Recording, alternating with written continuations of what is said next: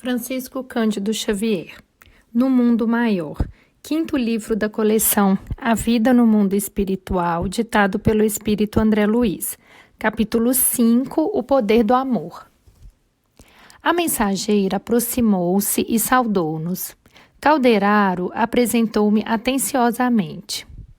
Fixou ela o triste quadro e disse ao assistente: felicito-o pelo socorro que nos últimos dias vem prestando aos nossos infortunados irmãos. Agora atacaremos a parte final do serviço, convictos do êxito. Meu esforço, acrescentou o interlocutor humilde, foi quase nenhum, resumindo-se em meros preparativos. Irmã Cipriana sorriu afável e observou: como atingiríamos o fim sem passar pelo princípio? Ó, irmã, o conhecimento pode pouquíssimo comparado com o muito que o amor pode sempre. Singular expressão estampou-se na fisionomia da emissária, como se as referências lhe ferissem fundo a modéstia natural. Ocultando os méritos que lhe eram próprios, considerou: sabe o Divino Senhor que ainda estou a grande distância da realização que me atribui. Sou frágil e imperfeita e devo caminhar ainda infinitamente para adquirir o amor que fortalece e aperfeiçoa. Retendo o olhar firmemente sobre o meu companheiro, acrescentou: estamos em cooperação fraternal na obra que pertence ao Altíssimo. Espero que os amigos se mantenham apostos, efetuando a maior porção do serviço, porque quanto a mim, só atenderei aos singelos deveres que um coração materno pode desempenhar. Assim dizendo, acercou-se de ambos os infelizes, postando-se em atitude de oração.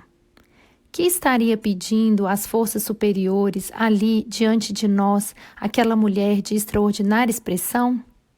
Sentia-lhe enlevado a sinceridade profunda, a humildade fiel. A prece em que por alguns minutos se concentrou saturava-se de sublime poder, porquanto em breve suave luz descia do alto sobre a sua fronte venerável. Gradativamente, Cipriana se fazia mais bela, os raios divinos a fluírem dos mananciais invisíveis, envolvendo-a, transfiguravam-na toda. Tive a impressão de que a sua organização perispiritual absorvia a claridade maravilhosa, represando-se-lhe no ser. Escoados alguns momentos, circundava a refulgente halo, cuja santidade senti dever respeitar. Dos olhos, do tórax e das mãos influíam irradiações de frouxa e suave luz, que não me terrificava a retina surpresa. Estava formosa, radiante, qual se fora a materialização da Madonna de Murilo em milagrosa aparição. Perante a sua personalidade transfigurada, quase me prosternei, tal a comoção daquele minuto inesquecível. Nenhum olhar nos dirigiu, quiçá por humildade, no desejo de ocultar a elevada posição que desfrutava. Estendeu as mãos para os dois desventurados, atingindo-os com seu amoroso magnetismo, e notei assombrado que o poder daquela mulher sublimada lhes modificava o campo vibratório. Sentiram-se ambos desfalecer, oprimidos por uma força que os compelia à quietação. Entreolharam-se com indizível espanto, experimentando o respeito e o temor, presas de comoção irreprimível e desconhecida. Seus olhos espelhavam no silêncio angustiosa perquirição, quando a mensageira, avizinhando-se, os tocou de leve na região visual. Reparei de minha parte que ambos registraram um abalo mais forte e indisfarçável. Reconhecendo o poder divino de que era dotada a emissária, notei que o enfermo, parcialmente liberto do corpo, e o perseguidor implacável passaram a ver-nos com indescritível assombro. Gritaram violentamente, empolgados pela surpresa e por julgar cada um de nós o que vê através do prisma de conhecimentos adquiridos cuidaram fossem visitados pela excelsa Mãe de Jesus. Definia um ambiente em harmonia com as noções religiosas que o mundo lhes inculcara. O doente ajoelhou-se de súbito, dominado por incoercível comoção, e desfez-se em copioso pranto. O outro, porém, embora perplexo e abalado, manteve-se ereto, qual se o bendito favor daquela hora não lhe fosse a ele mesmo concedido. Mãe dos céus, clamou o companheiro hospitalizado, chorando convulsivamente. Como vos dignais de visitar o criminoso que sou eu? Sinto vergonha de mim mesmo, sou imperdoável pecador, abatido pela minha própria miséria. Vossa luz revela-me toda a extensão das trevas em que me debato. Condoei-vos de mim, Senhora. Havia uma sinceridade imensa, aliada à imensa dor, naquelas palavras de angústia e de arrependimento. Soluços sufocantes assomaram-lhe a boca, interrompendo-lhe a tocante súplica. Cipriana acercou-se dele de olhos faiscantes e úmidos. Tentou soerguê-lo, sem, no entanto, lograr que ele deixasse a postura genuflexa. Certo, a piedosa missionária informara-se de todas as minúcias necessárias ao êxito de sua missão naqueles minutos, porque, enlaçando-o maternalmente, o chamou pelo nome, esclarecendo. Pedro, filho meu, não sou eu quem julgas, no transporte de viva confiança que te sensibiliza a alma. Sou simplesmente tua irmã na eternidade. Todavia, também fui mãe na terra e sei quanto sofres. O interpelado ergueu os olhos súplices, fitando-a através de espesso véu de lágrimas. Embora visivelmente animado pelas declarações ouvidas, manteve-se em posição reverente e humilde. Matei um homem, exclamou desabafando-se. A mensageira afagou-lhe o rosto, banhado em pranto, e acrescentou, sei disso. Decorridos alguns instantes em que dividia o carinhoso olhar entre o interlocutor e o verdugo, contido pelo respeito à reduzida distância, dirigiu-se ao doente de maneira intencional, de modo a se fazer ouvida pelo companheiro vingador. Por que destruíste, Pedro, a vida de teu irmão? Como te julgaste com forças e direito para quebrar a harmonia divina? Deixando perceber que lhe ouviu os pensamentos mais íntimos, prosseguiu. Supunhas fazer justiça pelas próprias mãos, quando só fazias expandir a cólera aniquiladora. Por que razão, meu filho, pretendeste equilibrar a vida provocando a morte? Como conciliar a justiça com o crime, quando sabemos que o verdadeiro justo é aquele que trabalha e espera no Pai, o supremo doador da vida? Faz muito tempo has perpetrado o homicídio, presumindo liquidar escabroso débito a jorros de sangue. Eliminaste o corpo de um amigo que se fez incompreensivo e duro. Todavia, desde o trágico instante, ouves a consciência divina a reiterar a velha pergunta. Caim, que fizeste de teu irmão? Tens vivido desarvorado e desditoso, de alma agrilhoada à própria vítima, aprendendo que o mal jamais se coadunará com o bem e que a lei cobra dobrados tributos àquele que se antepõe aos seus ditames sábios e soberanos. Destruíste a paz de um companheiro e perdeste a tranquilidade própria. Suprimiste-lhe o veículo físico, mas perambulas, algemado ao teu, sentindo qual pesado fardo. Cuidavas ministrar o direito a ti mesmo e entortaste o destino, imprimindo perigosa curva ao teu caminho, que poderia ser retilíneo e iluminado. Temendo a ti próprio, por te sentires delinquente em toda parte, buscaste refúgio no trabalho atabalhoado e mecanizante.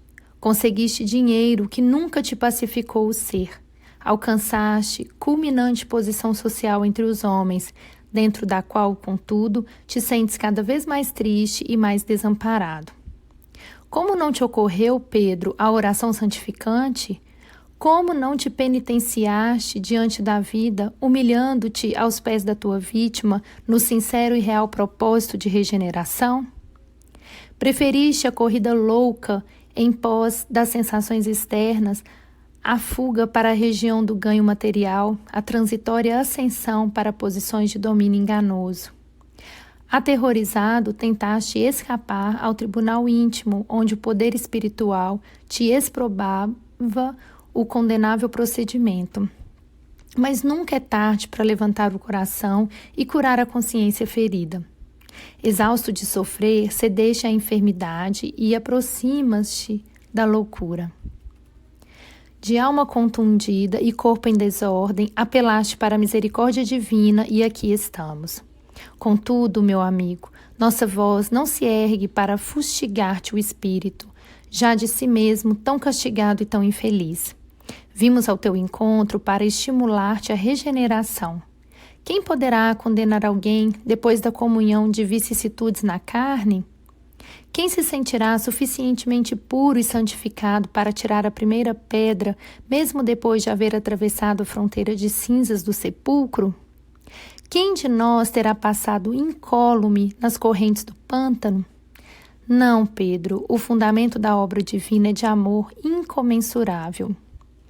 Encontramo-nos aqui para querer-te bem, intentando alcançar-te a consciência aos campos infinitos da vida eterna. Oraste e chamaste-nos, abriste a mente à força regenerativa e somos teus irmãos.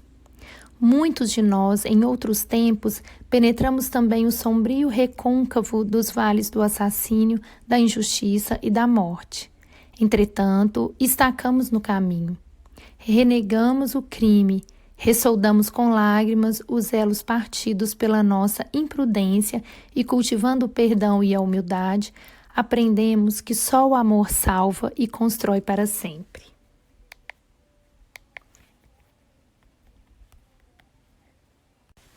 Francisco Cândido Xavier, No Mundo Maior, quinto livro da coleção A Vida no Mundo Espiritual, ditado pelo Espírito André Luiz. Capítulo 5, O Poder do Amor, parte 2. Lembra-te das duas próprias necessidades, interrompe a mancha da aflição, reconsidera a atitude e faze novo compromisso perante a divina justiça.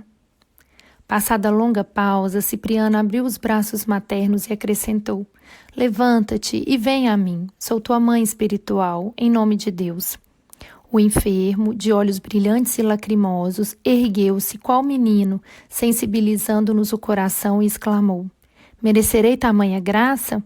Como não, filho meu? O Pai não nos responde às súplicas com palavras condenatórias. Acercamo-nos de ti em nome dele, nosso Supremo Senhor. Assim dizendo, conchegou-o ao coração, mas havia tal meiguice naquele amplexo inesperado que outros circunstantes, que não nós, diriam presenciar o reencontro de carinhosa mãe com o filho ausente, após longa e cruciante separação. O infortunado deixou pender a cabeça sobre um dos ombros dela, demonstrando infinita confiança, e murmurou infantilmente: Mãe do céu, ninguém na terra jamais me falou assim. Via-se-lhe o alívio através do semblante feliz. Cipriana animou bondosa e explicou: É imprescindível aquietes a mente afogueada, depositando nas mãos do Senhor as antigas angústias. A essa altura, voltei a caldeiraro, meu olhar comovido, e notei que as lágrimas não brotavam exclusivamente dos meus olhos. O companheiro tinha-as abundantes a lhe deslizarem na face calma. Tocado por minha silenciosa indagação, falou-me em voz apenas perceptível: Praz a Deus, André, possamos também aprender a amar, adquirindo o poder de transformar os corações. A emissária, que parecia não dar conta de nossa presença, avançou para o verdugo, sustentando Pedro nos braços como se lhe fora um filho doente. O perseguidor aguardou-a ereto e altivo, revelando-se insensível às palavras que nos haviam dominado os corações. A missionária, longe de intimidar-se, aproximou-se tocando-o quase e falou humilde: Que fazes tu, Camilo, cerrado à comisseração?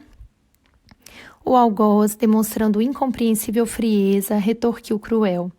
Que pode fazer uma vítima como eu, se não odiar sem piedade?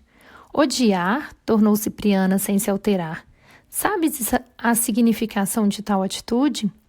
As vítimas, inacessíveis ao perdão e ao entendimento, soem ultrapassar a dureza e a maldade dos preceitos, provocando horror e compaixão. Quanto se valem desse título para pôr de manifesto as monstruosidades que lhes povoam o ser? Quantos se aproveitam da hora de irreflexão de um amigo ignorante ou infeliz para encetar séculos de perseguição no inferno da ira? A condição de vítima não te confere santidade. Vales-te dela para semear na própria senda ruína e miséria, treva e destroços.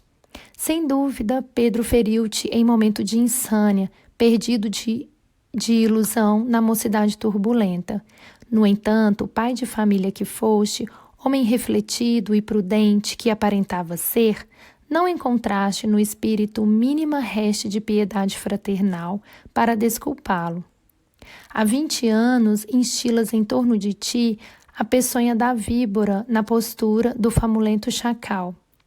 Podendo conquistar a láurea dos vencedores com Cristo, preferiste o punhal da vingança, ombreando-te com os malfeitores endurecidos. Onde esbarrarás, meu filho, com teus sentimentos desprezíveis? Em que muralha de angústia serás algemado pela justiça de Deus? Dos olhos de Cipriana escorriam grossas lágrimas. Camilo vacilava entre a inflexibilidade e a capitulação. Extrema palidez cobria-lhe o rosto, e quando nos pareceu que ia proferir uma resposta a esmo, a missionária dirigiu-se ao meu orientador, pedindo-lhe com humildade: Calderaro, meu amigo, ajude-me a conduzi-los. Sigamos até o lar de Pedro, onde Camilo atenderá a nossos rogos. Meu companheiro não hesitou. Voltando-se para mim, obtemperou. A irmã transportará Pedro com os próprios recursos, mas o outro, terrivelmente escravizado aos pensamentos inferiores e às intenções criminosas, é pesado de carregar. Conduzamo-lo nós ambos. Dando-lhe nossos braços, Calderaro à direita e eu à esquerda, reparei que o paciente não reagia. Compreendendo talvez a inanidade de qualquer rebeldia, deixava-se levar sem protesto. Colocamo-nos, assim, em jornada rápida. Em breves minutos, penetrávamos confortável residência, onde uma senhora, na sala de estar, tricotava junto de 2 filhos pequeninos. A conversação doméstica era doce, cristalina. Mamãe, dizia o menorzinho, onde está o neneco? Voltou ao serviço. E Celta? No colégio. E Marquinhos?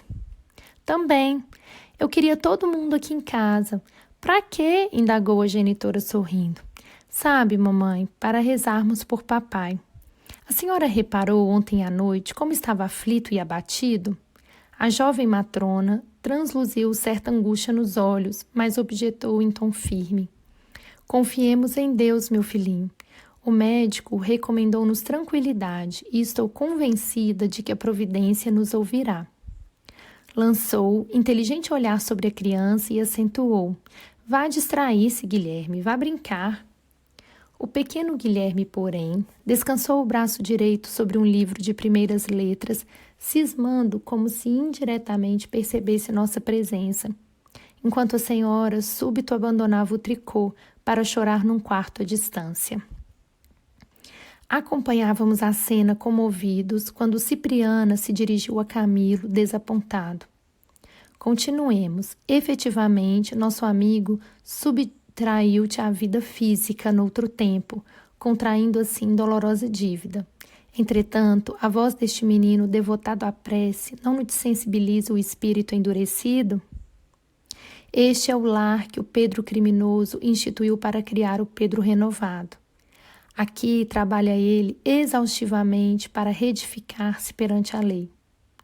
Compreendendo a responsabilidade terrível assumida com o golpe que te aplicou sem reflexão, meteu ombros a uma atividade desordenada e incessante, derruindo os centros físicos. antes dos 50 anos no corpo terrestre, revela evidentes sinais de decrepitude. Se cometeu falta grave, tem feito possível por erguer-se numa vida nobre e útil. Amparou devotada mulher no Instituto do Casamento, deu refúgio a 5 filhinhos, esforçando-se por norteá-los para o bem, através do trabalho honesto e do estudo edificante. Sem dúvida, Pedro cresceu no conceito dos amigos, galgou posição de abastança material. Todavia, sabe agora, de experiência própria, que o dinheiro não soluciona problemas fundamentais do destino e que o elevado conceito que possamos conseguir dos outros nem sempre corresponde à realidade. Não obstante todas as vantagens conquistadas no âmbito material, tem vivido enfermo, infortunado, aflito. Apesar disso, tem a seu crédito o serviço realizado com boas intenções, o reconhecimento de uma companheira que o nobilita e as preces de 5 filhos agradecidos.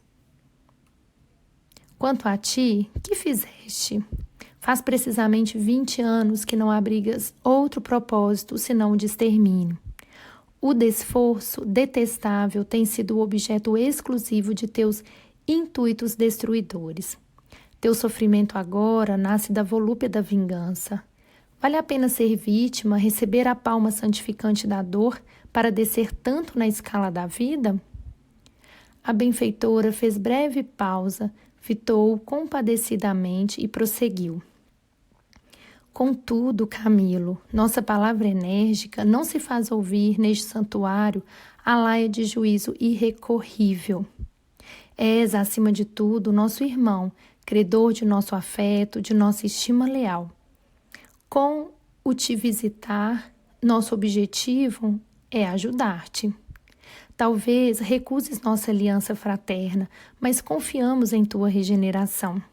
Também nós, em épocas remotas, demoramos no desfiladeiro fatal, a que te conduzistes. Passamos longo tempo na atitude de serpe venenosa, concentrada em si mesma, aguardando o ensejo de exterminar ou de ferir. No entanto, o Senhor todo misericordioso nos ensinou que a verdadeira liberdade é a que nasce da perfeita obediência às suas leis sublimes e que só o amor tem suficiente poder para salvar, elevar e remir. Somos todos irmãos, suscetíveis das mesmas quedas, filhos do mesmo Pai. Não te falamos, pois, como anjos, senão como seres humanos regenerados em peregrinação aos ciclos maiores. Francisco Cândido Xavier, No Mundo Maior, 5º livro da coleção A Vida no Mundo Espiritual, ditado pelo Espírito André Luiz, capítulo 5, O Poder do Amor, parte 3. Havia tal inflexão de carinho naquelas ternas e sábias considerações que o perseguidor, dantes frio e impassível, prorrompeu em pranto. Malgrado tal modificação, alçou o indicador na direção de Pedro e exclamou: quero ser bom e todavia sofro. Confrangem-me atrozes padecimentos. Se Deus é compassível, por que me deixou ao desamparo? Aqueles soluços, a explodir-lhe da alma torturada, feriam-me fundo o coração. Como não chorar também ali, ante aquela cena simbólica? Camilo e Pedro, entrelaçados no crime e no resgate, não representavam todos nós, os seres humanos falíveis? Cipriana, tolerante e maternal, não personificava a compaixão divina, sempre inclinada a ensinar com perdão e a corrigir através do amor? Ouvindo as palavras do verdugo, a missionária observou: quem de nós, meu amigo, poderá apreender toda a significação do sofrimento? Indagas a razão porque permitiu o Senhor atravessasses tão dura prova. Não será o mesmo que interrogar o oleiro pelos motivos que o compelem a cozer o delicado vaso em calor ardente, ou inquirir do artista os propósitos que o levam a martelar a pedra bruta para a obra-prima de estatuária.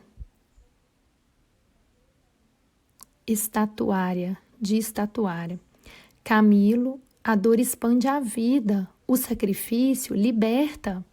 O martírio é problema de origem divina. Tentando solvê-lo, pode o espírito elevar-se ao píncaro resplandecente ou precipitar-se em abismo tenebroso, porque muitos retiram do sofrimento o óleo da paciência com que acendem a luz para vencer as próprias trevas, ao passo que outros dele extraem pedras e acúleos de revolta com que se despenham na sombra dos precipícios. Notando que o desventurado chorava amargamente, Cipriana continuou depois de breve silêncio. Chora, desabafa-te, o pranto de compunção tem miraculoso poder sobre a alma ferida. Calou-se a emissária por minutos. Seus olhos, muito lúcidos, pareciam agora vaguear em paisagem distante. Recolheu Camilo quase maquinalmente nos braços, conservando os contendores conchegados ao peito, qual se lhes fora mãe comum. Transcorrido algum tempo, dirigiu carinhoso olhar ao algoz de Pedro e prosseguiu. Comentas o mal que te feriu, invocas a providência com expressões desrespeitosas. Ó meu filho, cala o dom de falar quando não puderes servir ao bem. Vivi igualmente na terra e não padeci quanto devia, considerado o tesouro da iluminação espiritual que recebi do céu pela dor. Perdi meus sonhos, meu lar, meu esposo, meus filhos. O Senhor nos deu, o Senhor nos retomou. Meus 2 rapazes foram assassinados numa guerra civil, em nome de princípios legais. Minhas 2 filhas, seduzidas pelo fascínio do prazer e do ouro, escarneceram de minhas esperanças e permanecem na esfera sombria, emaranhadas em perigosas ilusões. O esposo era o único amigo que me restava. Entretanto, quando a lepra acometeu minha carne, abandonou-me também, empolgado por visível horror. Desprezaram-me todas as afeições, fugiram os favores do mundo. Contudo, enquanto meus membros se desatavam do corpo que se corrompia, quando me achava relegada ao extremo desamparo dos que me eram caros, robustecia-se dentro de mim o cântico da esperança. Minha alma glorificava o Senhor da vida triunfante. Concedera-me Ele um dia todas as graças da saúde e da mocidade, retomando em seguida esses bens que eu guardava por empréstimo. Privou-me dos entes queridos, desfez-me o equilíbrio orgânico, enviou-me a fome e a dor. No entanto, quando a minha solidão se fez amarga e completa, minha fé elevou-se mais clara e mais viva. Que necessitava eu, miserável mulher, se não padecer para santificar a esperança? Que não precisarei ainda para lograr o acesso às fontes superiores? Quem somos nós, senão vaidosos vermes com inteligência mal aplicada, aos quais se tem de 1000 modos manifestado a misericórdia infinita, mas em vão? Foi então a vez de Camilo ajoelhar-se. Do tórax de Cipriana partia radioso feixe de luz que lhe atravessava o coração, qual venábulo de luar cristalino. O infeliz genuflexo agora beijava-lhe a destra num transporte comovente de gratidão, rociando-a de lágrimas. Sim, disse ele chorando, não me falareis desta maneira se me não amasses. Não são vossas palavras que me convencem, senão o vosso sentimento que me transmuda. E como acontecerá Pedro, também gritou, Mãe do céu, libertai-me de minhas próprias paixões. Desfechai-me as algemas que eu mesmo forjei. Quero fugir de minhas sinistras recordações. Quero partir, esquecer, empenhar-me na luta regeneradora, recomeçando a trabalhar.